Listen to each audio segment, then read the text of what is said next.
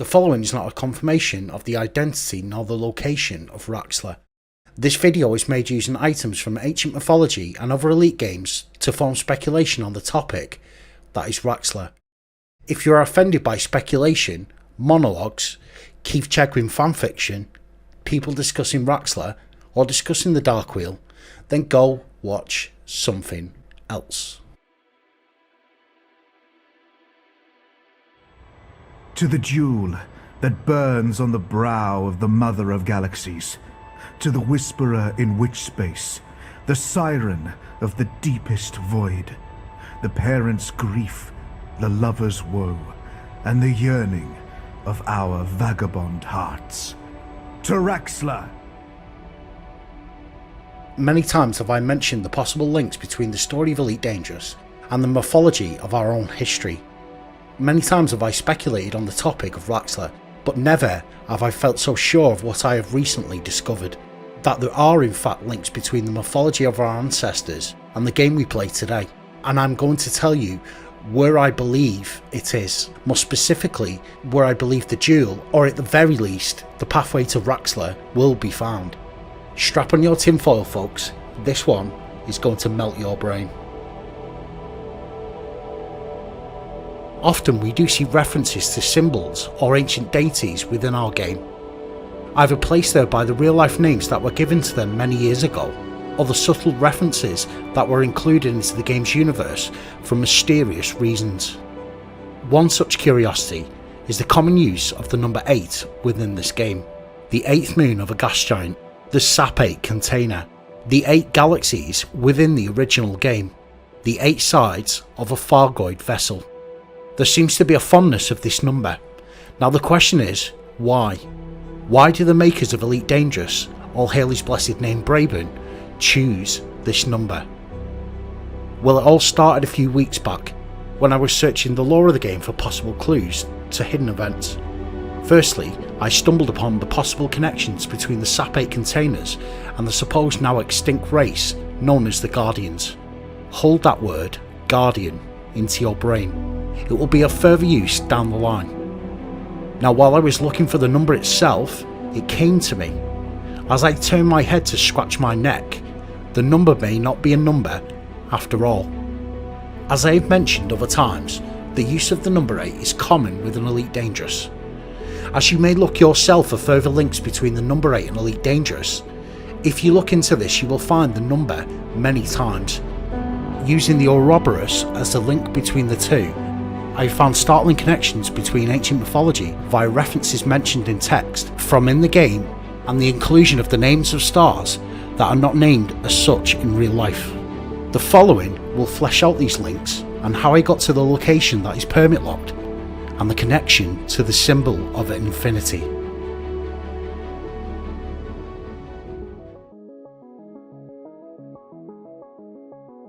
The mathematical for infinity is known as the lemniscate, devised in 1655 by mathematician John Wallis and named the lemniscate ribbon by Daniel Bernoulli about 40 years later. The symbol is patterned after the device known as the Mobius strip. A Mobius strip is a strip of paper which is folded in such a way that it has only one edge and one side. For a qualified explanation for what exactly a Mobius strip is, please refer to the link below. Based in layman's terms, one of the uses of the Mobius strip is used to theorise the shape of our universe and its infinity. Again, refer to the links below. The religious aspect for the infinity symbol predates its mathematical origins. The Ouroboros or infinity stake is often depicted in the shape of the number 8. In the tarot, the lemniscate represents the balances of forces and is often associated with the magician card.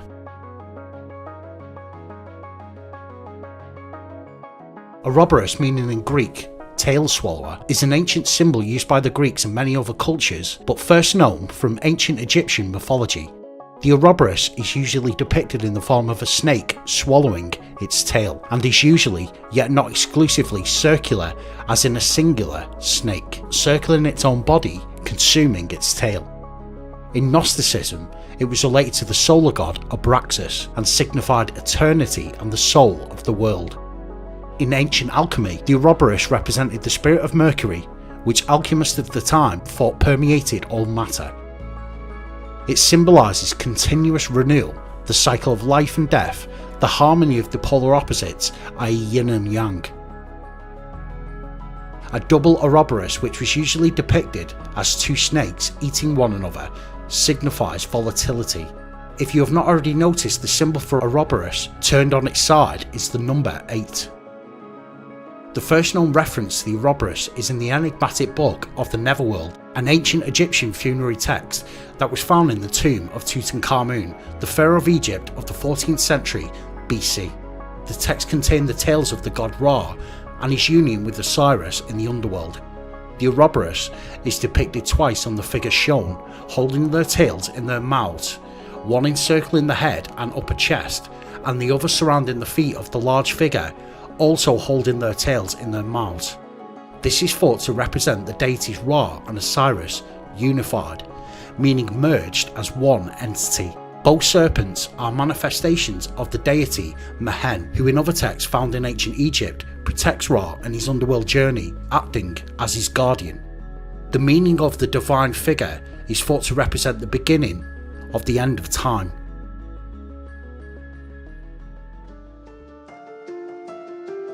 Mehen, meaning coiled one, refers to a mythological snake god and a board game popular in ancient Egypt. In terms of the snake god, Mehen, the earliest references to Mehen occurs in the coffin texts. Mehen is a guardian deity who's depicted as a snake which coils around the sun god Ra during his journey through the night, for instance in the events of the Amduat. The popular board game of the same name played at the time is regarded as the earliest known multiplayer board game, which, as we all know, board games are the precursors to video games. This board game was held in great reverence within Egyptian culture of the time. Remember what I said about Frontier using references to leave hints?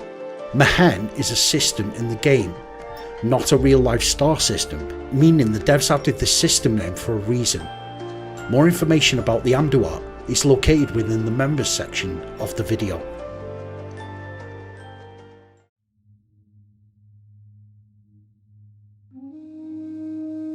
Raxxla has been suggested to be anything from an unremarkable moon to a state of cosmic enlightenment. The earliest documented stories tend to agree on several points, however: that Raxxla is a definite place and that it holds a mystical secret. Several versions of the Raxxla story mention an alien artifact, the Omphalos Rift, described as a gateway or tunnel through which parallel universes can be accessed. These details, however, were later shown to bear a striking resemblance to the children's story Princess Astrophel and the Spiraling Stars, and soon lost credibility. Undaunted, some Raxxla seekers insisted that the story's author had cunningly concealed facts about the mysterious locale in his book, as hints for those with eyes to see.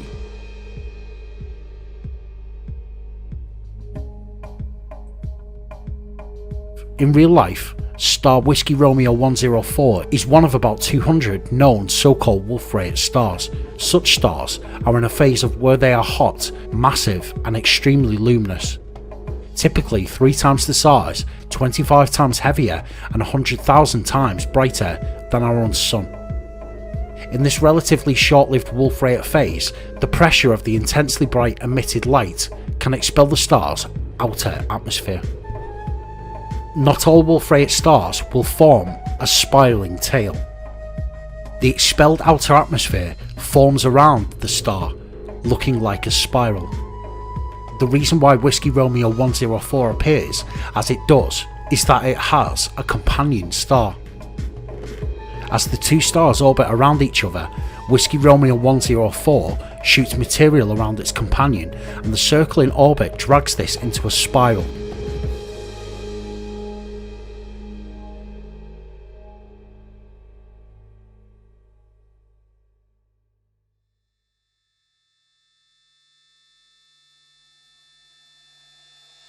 The Vela constellation lies in the southern hemisphere.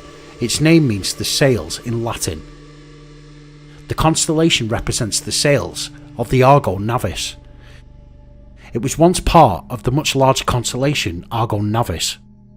which was divided into 3 smaller constellations: Vela, the sails, Carina, the keel, and Pupus. Argo Navis in Greek mythology was represented through the story of Jason and the Argonauts, in which a crew of warriors sought out the much fabled and mystical item, the Golden Fleece. It is also thought that the original constellation was borrowed from ancient Egypt, this constellation originally representing the boat or bark of Osiris. This is how I am linking the two together. Argo Navis was one of the 48 Greek constellations first catalogued by the Greek astronomer Claudius Ptolemy in the 2nd century AD. Vela contains a number of interesting stars and deep sky objects, among them the 8 Burst Nebula, the Gum Nebula, the Vela Supernova Remnant, the Pencil Nebula, and the Omicron Velorum cluster. Gamma Velorum is the brightest star in the Vela constellation.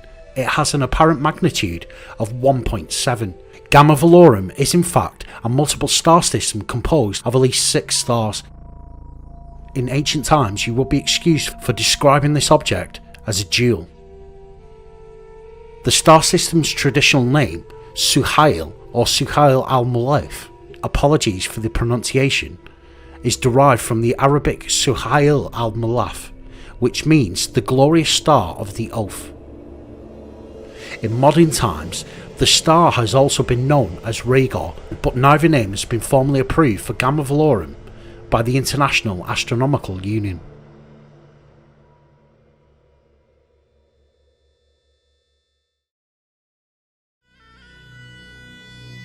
Lambda Vela, or Ashu Hail, is a star in the sails of Argo Navis, the great ship. Al-Suhail al-Wazin, Sunhail of the weight. Sunhail means smooth plain, Wazin meaning weight, apply to stars near the horizon. As the star seems to rise with difficulty from the horizon, Wazin is also the title of stars in Canis Major, Centaurus and Columba. The astronomical influences for the whole constellation of Argo Navis, the great ship, according to Ptolemy, the bright stars are like Saturn and Jupiter. Argo is said to give prosperity in trade and voyages, and strength of mind and spirit, but it has been observed to accompany cases of drowning. A notable instance being furnished by the horoscope of Shelley, where Argo occupied the 8th house and contained the Sun, Venus and Uranus. Drowning is particularly feared when Saturn afflicts the Moon in or from Argo. It is probably on account of this constellation that Virgo, especially the first decanate, is frequently found to be connected with drowning. To this day, Gamma Velorum remains permit locked, as does the entire surrounding area. It is located near to the Guardian Grave Worlds. The surrounding area is known as the Guardian Bubble. In real-world astronomy, it contains the nearest Wolf-Rayet and has a total of 6 stars located around the primary stellar body. Wolf-Rayets have been observed to spiral when accompanied by other stars in the same system, where they have been observed to throw their stellar contents in the path of the other star. This reaction creates a spiraling effect when observed. Argo Navis was long known to Greek observers, who are theorized to have taken it from Egypt around 1000 BCE. Plutarch attributed it to the Egyptian boat of Osiris. If you recall some of the lore in relation to the Guardians, their sun was volatile and had caused great hardship for that race in their history. A double Ouroboros is referred to as symbolizing volatility. Interestingly, the original term for Osiris in ancient Egypt was Usir. I wonder why the permit lock is in place at Gamma Velorum, and indeed the whole area. What makes that destination so special? I guess until Frontier unlocks this system, we can only speculate as to its contents. I have no doubt that although it may be unrelated to Raxxla, whatever is hidden amongst this system's volatile light is huge.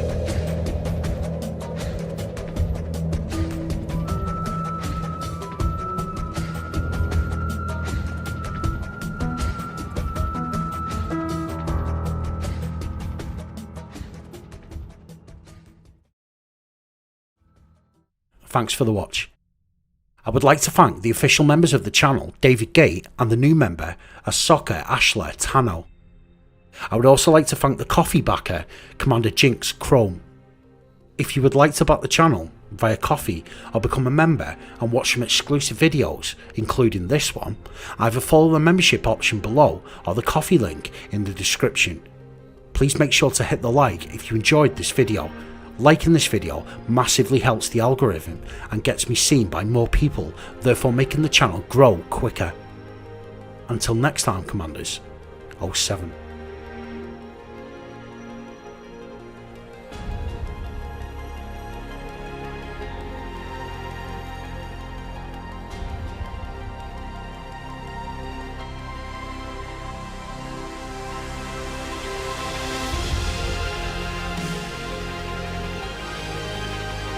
To the jewel that burns on the brow of the mother of galaxies, to the whisperer in witch space, the siren of the deepest void, the parent's grief, the lover's woe, and the yearning of our vagabond hearts. To Raxxla